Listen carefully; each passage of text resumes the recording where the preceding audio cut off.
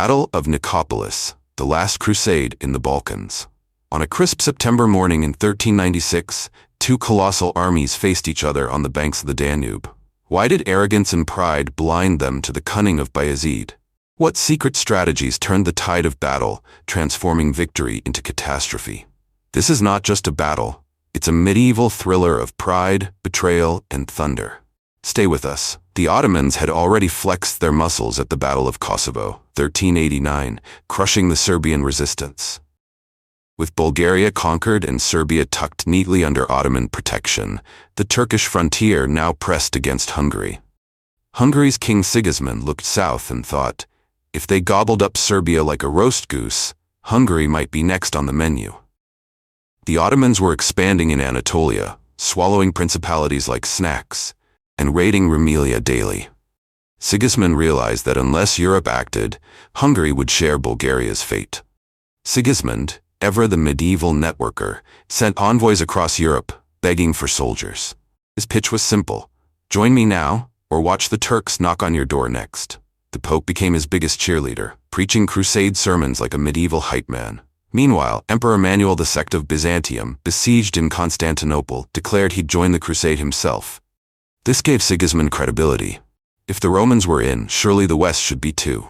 Support poured in from everywhere: Holy Roman Empire, France, England, Hungary, Poland, Venice, Genoa, Castile, Aragon, Bohemia, Savoy, Burgundy, Croatia, Wallachia. Even the Hospitallers, Teutons, Bulgarians, and Navarrese. It was like the medieval Avengers assembling.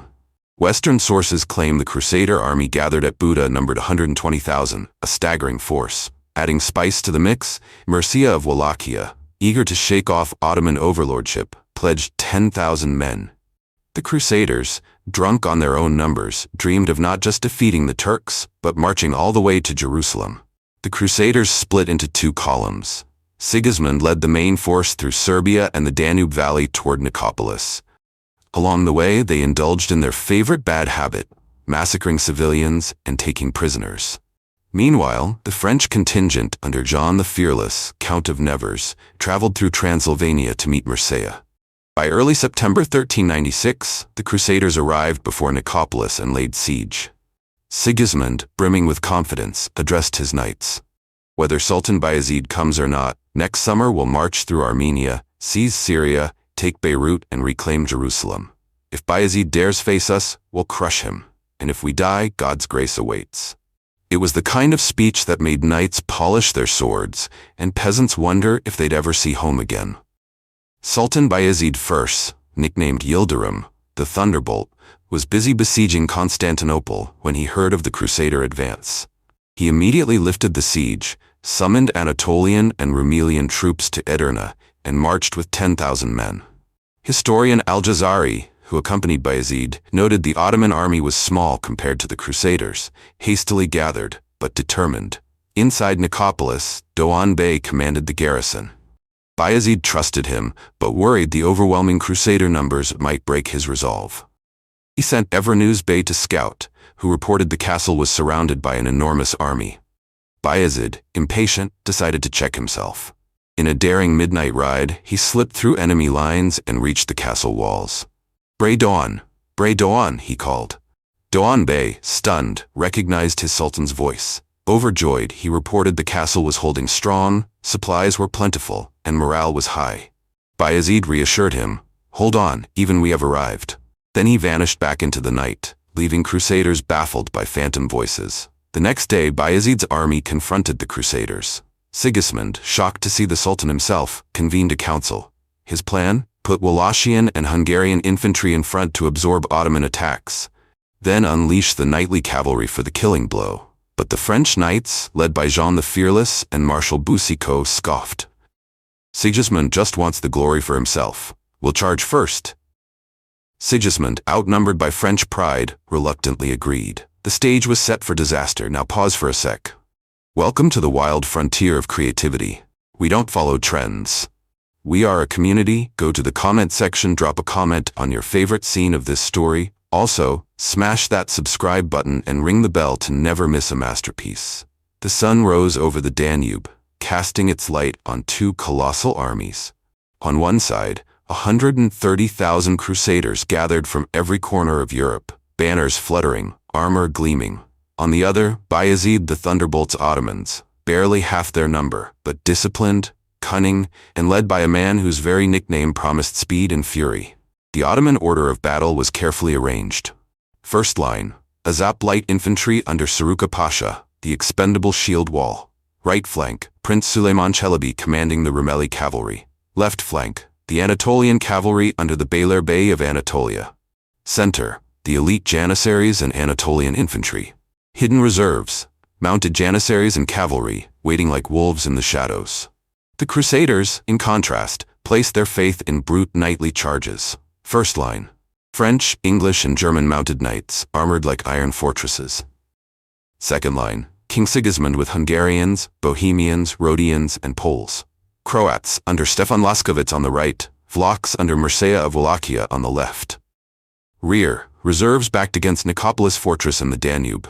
The battle began with thunderous hooves. French, German, and English knights charged, smashing into the Azaps. The light infantry were cut down mercilessly, their flimsy shields splintering under knightly swords.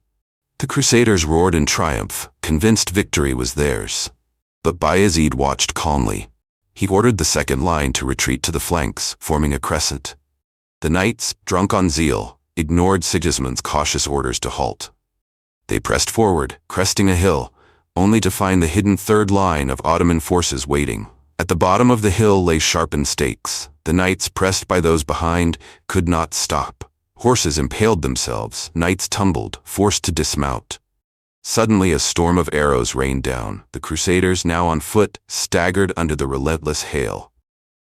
Bayezid unleashed his second and third lines. The knights were surrounded, pinned, and slaughtered. Within 3 hours, the pride of Western Europe lay dead or captured. Sigismund, watching from the camp, had no idea his knights were being annihilated. He sent cavalry to support them, but Ottoman flanks crushed the unit instantly. Not a single knight returned. Panic spread. What they thought was victory had turned into disaster. Bayezid now revealed his reserves. The Ottoman army seemed to grow larger, not smaller. Terror gripped the Crusaders. Bayezid led the full army forward. Sigismund threw in his reserves, but morale was broken. On the left, Mircea of Wallachia saw the rout and withdrew his men.